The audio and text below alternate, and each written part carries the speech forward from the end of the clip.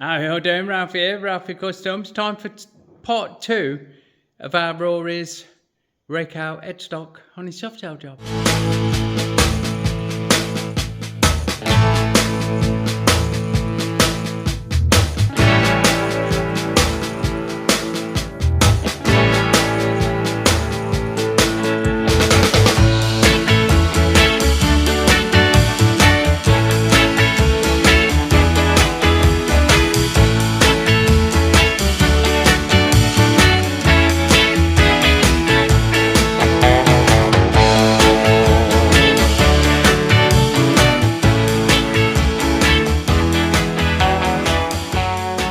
So this is where we got to yesterday before we finished up. Just move that bit of shit out of the way in a vlog style. About this angle of the dangle, and this is crucial. This 36 is seen. Excuse me. Is seen a bike and got the spec, and it's got the rake and length of forks for the look that he wants. So we're going to replicate that as best as his starting point will allow. What we'll probably end up doing, because we're increasing the rake and therefore taking the top of the headstock back, is moving the whole thing back a bit on the bench. But we'll see. We'll get the new headstock finished off and bolted in place as per the original, and then we will increase the rake to his desired rakeage to 36 degrees, and we'll see about the length of the top tube and where his tank's going to go and all that good stuff. So yesterday we left it where we just made the blanks for his bearing cup. So today, on this fresh morning before it gets too hot, let's see how true that is, we're going to, yeah, that'll do for me. We're going to get these drilled through, bored out, and then counterboard, that's not the right word, is it? Bored up to take his bearing cups, and then we need to face a bit of tube off that goes between the cups and get it all ticked together. So, first job, as always, when we come to doing hosing stuff on lathe, is getting with the centre drill, just to make a start. Let me switch that out to the pilot hole. I'm using my old one, because my new one that's not new, the one that I changed to, because this got a little bit short, is going to get a little bit short because I need to chop the end off and regrind it, because I've wore the flutes off the fucking sides of it, ain't I? So anyway, we will probably put the water on and run this all the way through. And now we'll go in with the big fuck off drill bit. This is the biggest drill bit I've got, I think, and this bore that this makes is nominal. It is just clearance, and more than enough clearance for the steering stem, so we don't need to worry too much. I have slowed this down, but probably not enough. See how it goes. It's going to be loud to start with, and then hopefully it'll settle. Right, that's settled down nicely. Making a little bit of noise, but you know, it's a big fuck off drill bit, the doo-doo. That friction creates noise. And I think we're about through. So we should be about there now. Got some massive curly whirlies going off, and everything is cutting just as it should. To be fair, we're a little bit one-sided on the action there, so it could do with a quick grind up, but it's doing really well. Right, I've just had a preliminary cut and had to increase the clearance on this tool by moving my tool post around a little bit. I'm having issues with these inserts. I don't know if it's the oldest not holding them at the correct angle, or whether somehow I've forgotten that they've got no fucking clearance on, but either way, we have touched on the face. We are taking a preliminary cut. Let's see how this goes. Oh, that's much better than what I was getting, although we're still looking a bit fucking tight as far as clearance goes. Let's see how it cuts on the way through. Good as gold. So all this is a clean old pass, because of that big fuck off drill bit leaves a gnarly finish, and then we will get a measure so that we can accurately set the DRO and start doing more crucial cuts. So we'll give that a good measure, and I'm getting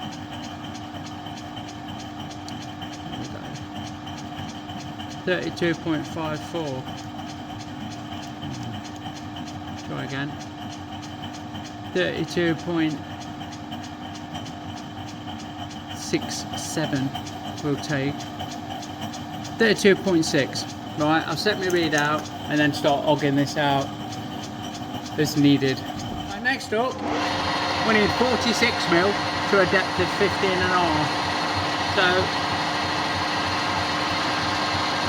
we are going to take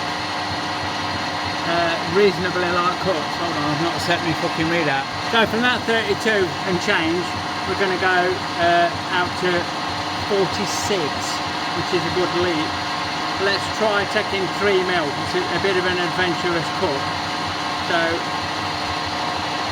that's 2mm. Let's see how that sits.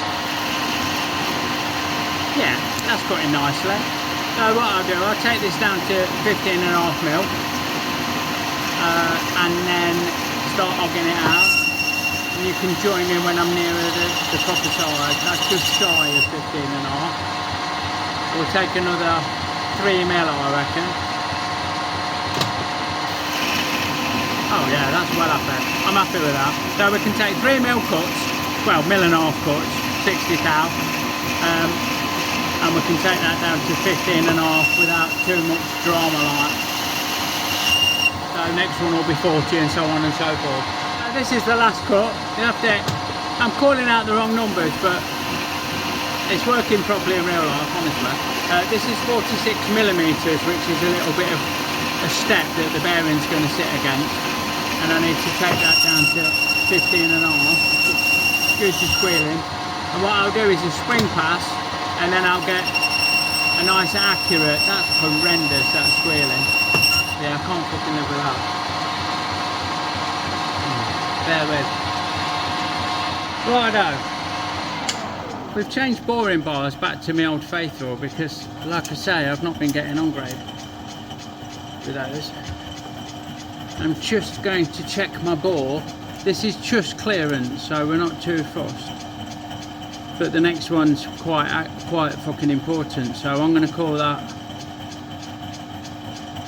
46.60. So I'll set my readout. X equals 46.60. Enter. Now what we need is 50. Hold on. 50.2. So we'll come out to 48.2, and this needs to be 12.5mm deep. So there you go. This takes lighter cuts, much nicer than the one I've just been using. So we'll take this down to 12.5, which is just coming up, just there. And now we'll take this out to 50.2, which is the bearing size. So I will just go halfway, break that edge, and try the fucking bearing in. Let me just blow that shit out there. Like that. There's always, fingers crossed, it's just a little bit tight when I first try it. That's red hot, that part. So that is actually, oh fuck me, I'm going to get stuck in there if I'm not careful. So that to me is just a little bit tight, a little bit loose. So I'm going to back off very slightly and do the rest of the old slightly smaller.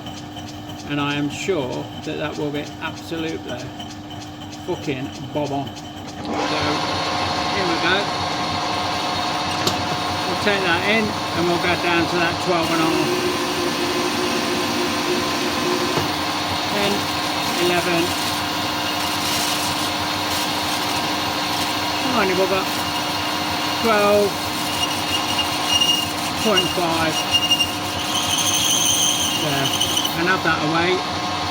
And then we just need to put a little taper inside that I can't really film, so I'm just going to slope the very back edge of the job just so it's a bit smoother on the transitions. The last thing is just to go in with a little bit of emery and break the corners off the jobs I've just made, off the features I've just made, like so, and then give that a good edge break on this leading edge on the outside, and that's done. So unless I've got it a mile out, this should fit nicely in the first bit and then tighten up, which it fits nicely in the first bit, and then yeah, then it's going to tighten up. I don't want to get it stuck, but that is fucking bob on.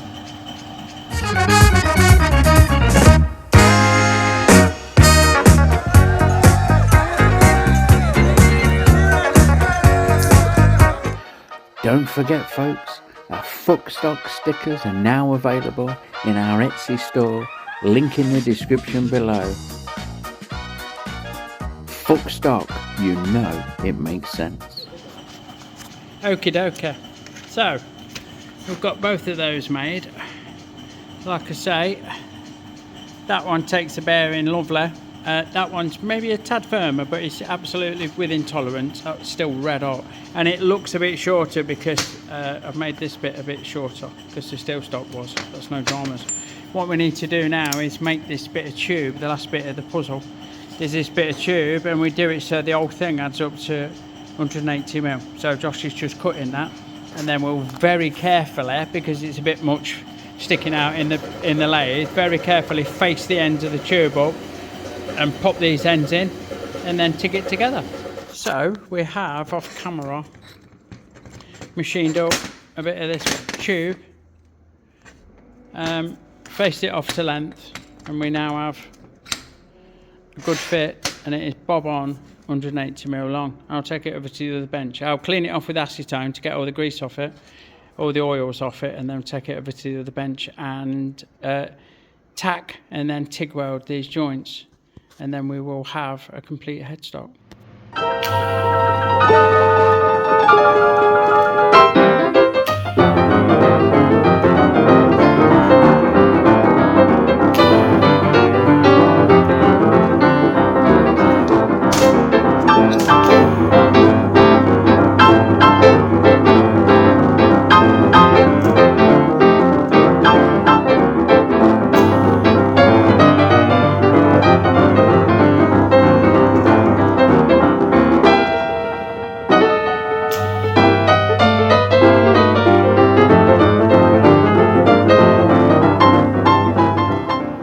Okay, so with that bolted in place and it moved out to 36 degrees, it's right flashing between 35.9 and 36 degrees. We can see from measuring this distance before and after that this has moved back 1.25 inches. So what I'm going to do is weld, not with this, but weld some guides on the bench that catch the frame, both sides, one front, one back. We're going to break that little tack stitch that holds the packer on. And then we're going to slide the whole thing back by enough that we're not compromising the length of the backbone there, because the fucking petrol tank won't fit. If it was having a smaller petrol tank, I wouldn't do it. I'd leave it snugged up like, but it's not. So that's next on the agenda. Okay,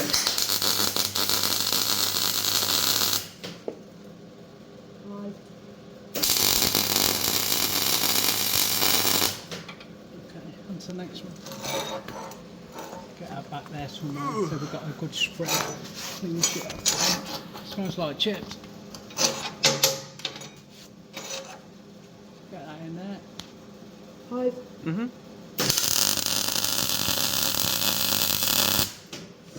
Five. Yep.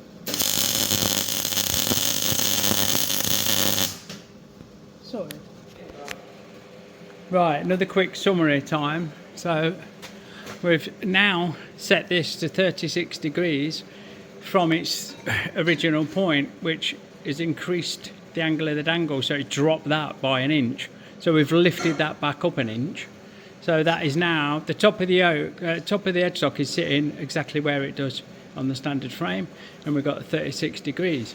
That has increased, as I've said, the gap for me, so it's moved it back because we have described an arc, so we have moved the frame back on the bench 2 sets of holes, which is a little bit further back than it would be to be exactly the same, but not enough to fucking shout home about. Like, I don't want to end up too short here, like I say, and his petrol tank won't fit.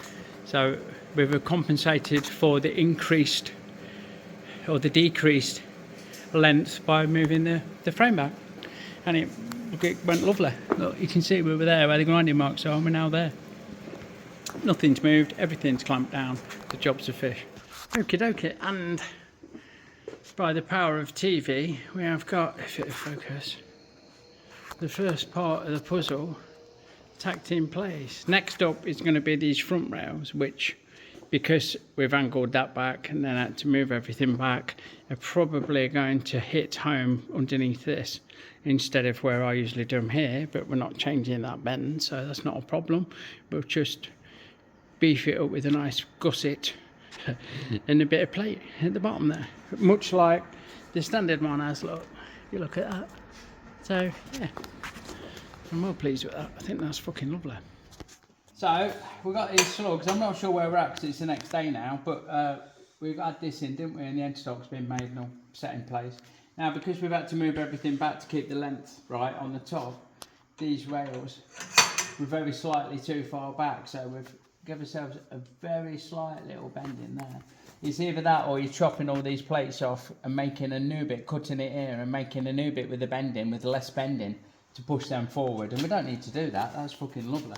So what we need to do next is chop these off so as they follow the headstock. Now I get a lot of people asking about me coping, the Yankees call it. We call it fluting the tube. And all I do is line it up, give myself a mark to work to, and then do a rough cut with a cut-off disc and see where we're at. You've got to be careful on this not to cut too much away on the inside. So you take it steady. Always leave yourself a bit more than you think and do it in 2 or 3 goes, and you won't be a mile off. I'm just going to trim that off a bit long.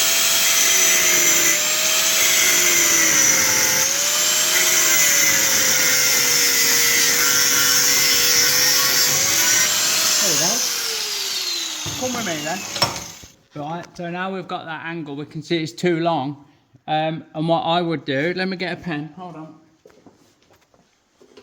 What I do now, you see how we can best use that. We can turn that a bit that way and we can cut this back out. We can look at where that comes and we can follow the same guideline. Let me come around the other side, look.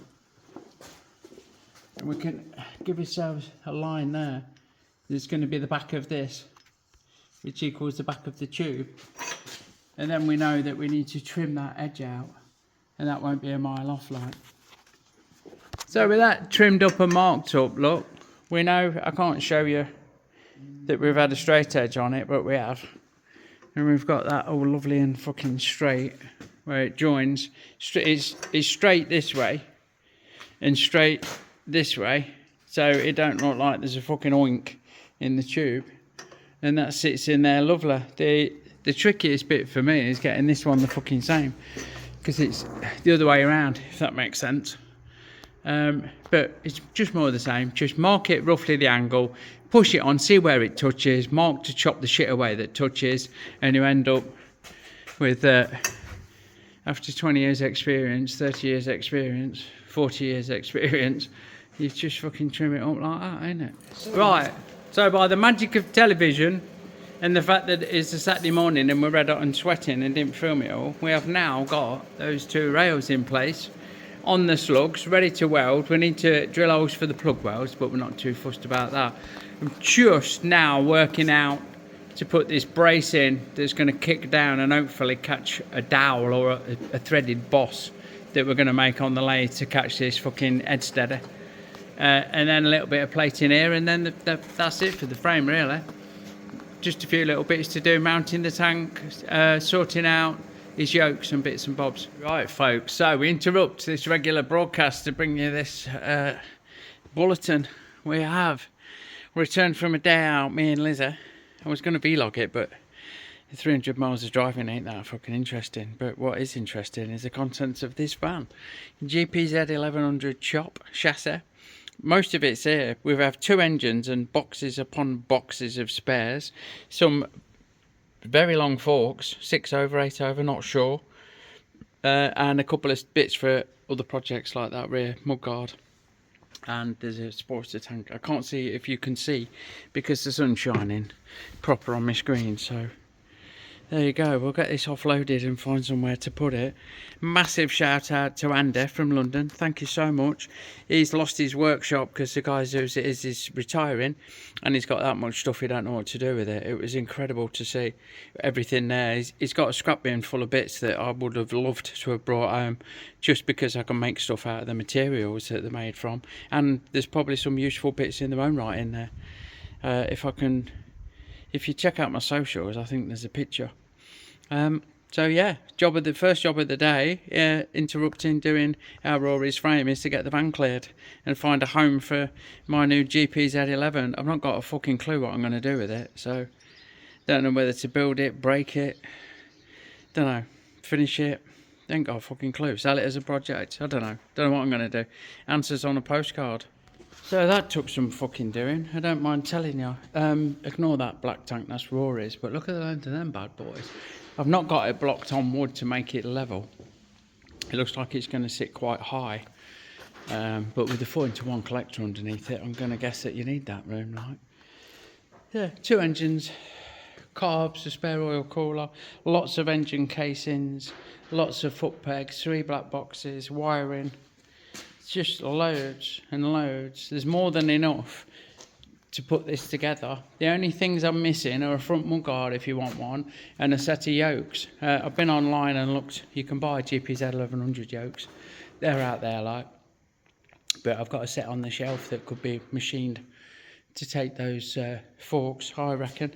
And part of the deal as well was this lovely fucking Sportster tank, which I'll definitely use on a project. This proper heavy wired fucking rear mudguard that are getting hard to find as well, that's brand new, never been used. So all in all, I think that we can call that a very successful, and I am very grateful to our Andy day out. Yeah, let me know what you think I should do with it. Build it, break it, move it on as a project, don't know, build something fresh. Although the frame itself, I wouldn't do the back end like this is done, that's not how I do it, but it works, you know, there's nothing wrong there.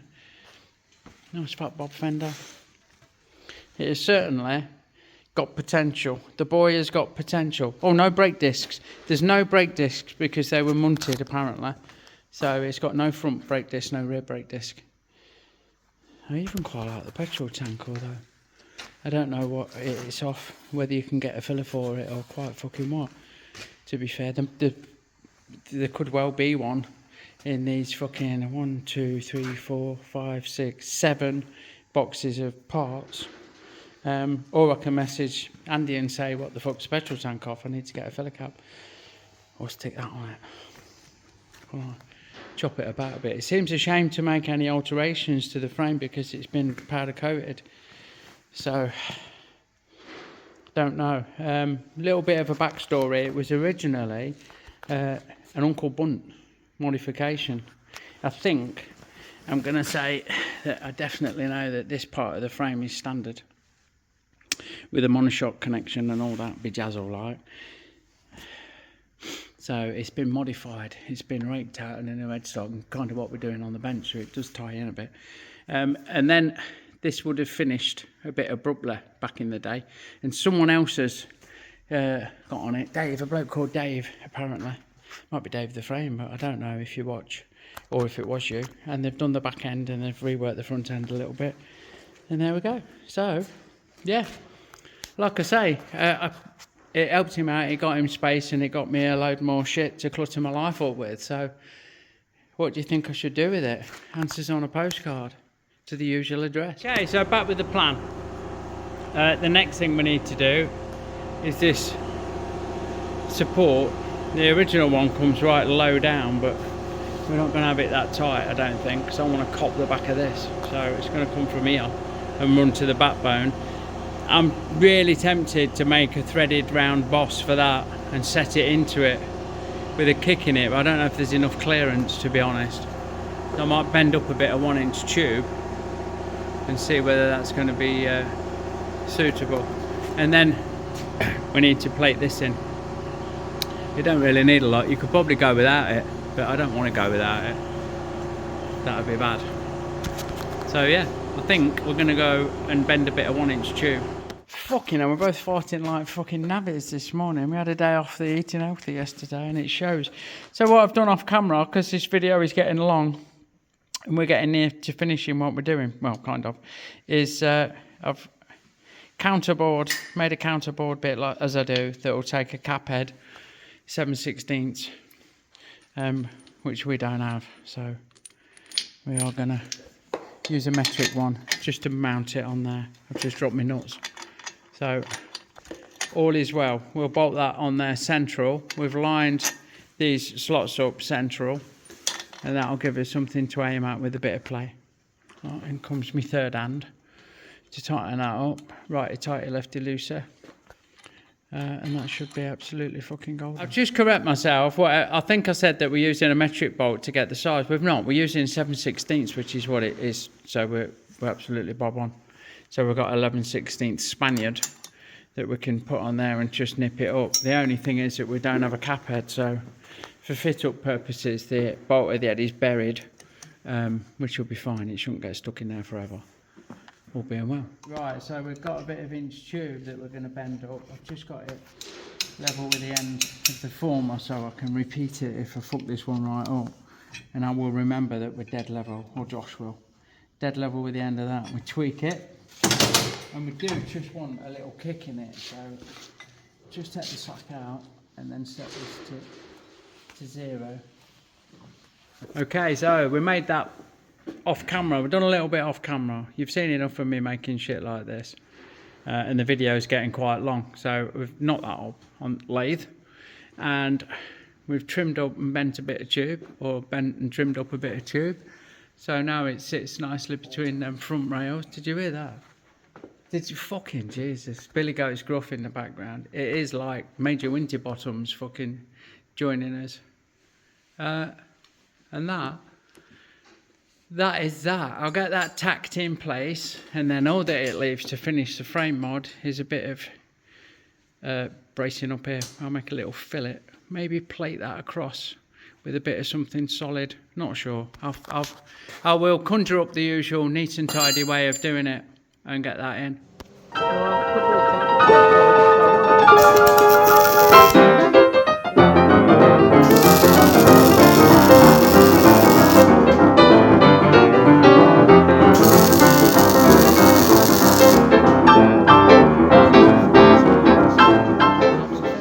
Okay, last part of the puzzle, as far as fabricating on the frame chop, is that, that's fucking mad on, is these bits, look.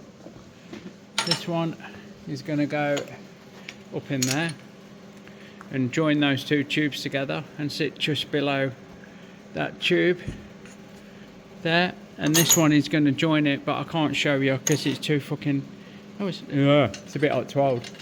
That is going to go kind of in there. Bastard. But down a bit. I'll show you them tacked in place. Look, we've just used 2 bits of flat that we've shaped. They're going to join together. I think that one's still a bit long. Maybe that one is as well. I might just trim the bottom off that one and then go from there. Right, change of plan. This bottom bit that I don't know where, oh, that bit, look, that's now called off. Oh, yeah, I'm not happy with that. It don't sit right with me.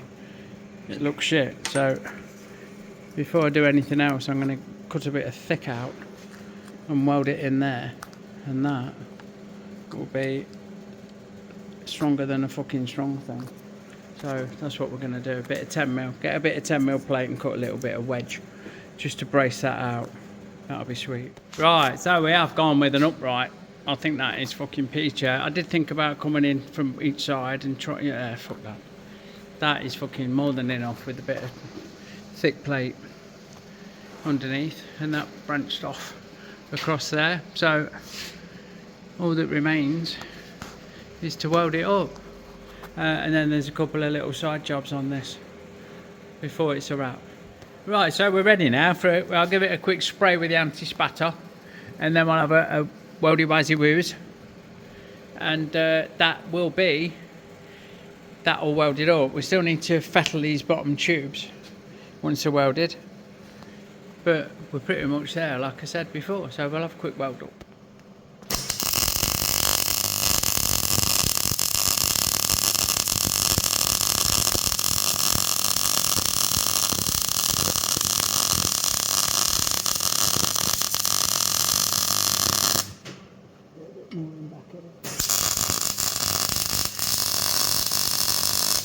a bit more in up here.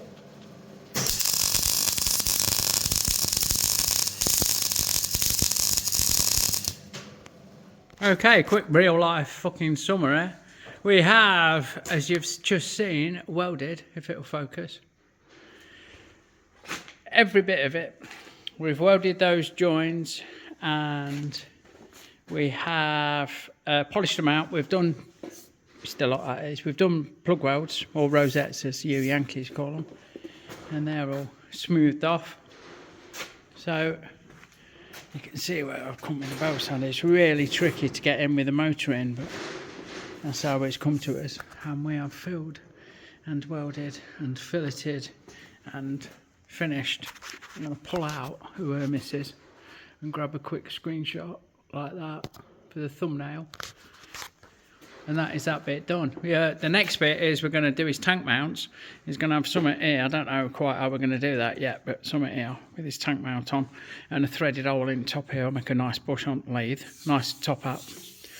And then we've got some really interesting stuff to do with his yokes, because somebody has munted these holes in and he wants them disappeared. So what I'm going to do is probably drill and ream if I've got a ream that big. If not, we'll do it with the boring head probably.